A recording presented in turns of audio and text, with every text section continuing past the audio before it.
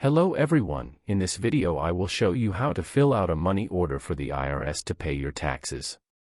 Later in this video, I'll also show you my favorite service to transfer money internationally for very low fees. First, purchase a money order for the exact amount of taxes you need to pay.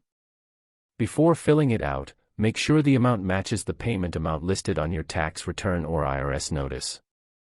Next, look for the Pay to or Pay to the Order of section on the money order.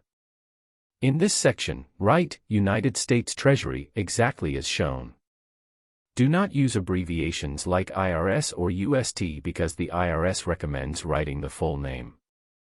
After that, fill out your information in the purchaser, sender, or from section.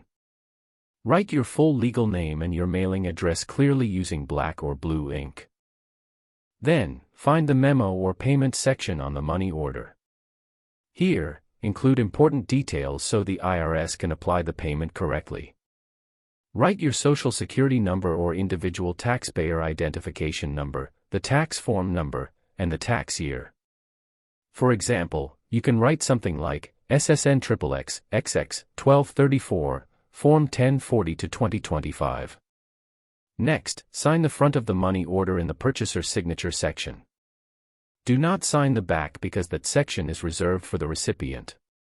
Before mailing the payment, detach and keep the receipt portion of the money order for your records and tracking purposes. If you are mailing the money order with a paper tax return or IRS notice, include it in the same envelope along with any required payment voucher, such as Form 1040V if applicable. Make sure you send it to the correct IRS mailing address listed for your state or tax form. Now if you want to try my personal favorite money transfer service, I recommend using MoneyGram. You can send money quickly using your smartphone or visit in-person MoneyGram locations spread out all over the US and Canada. Click the link in the description to download the app and try it out.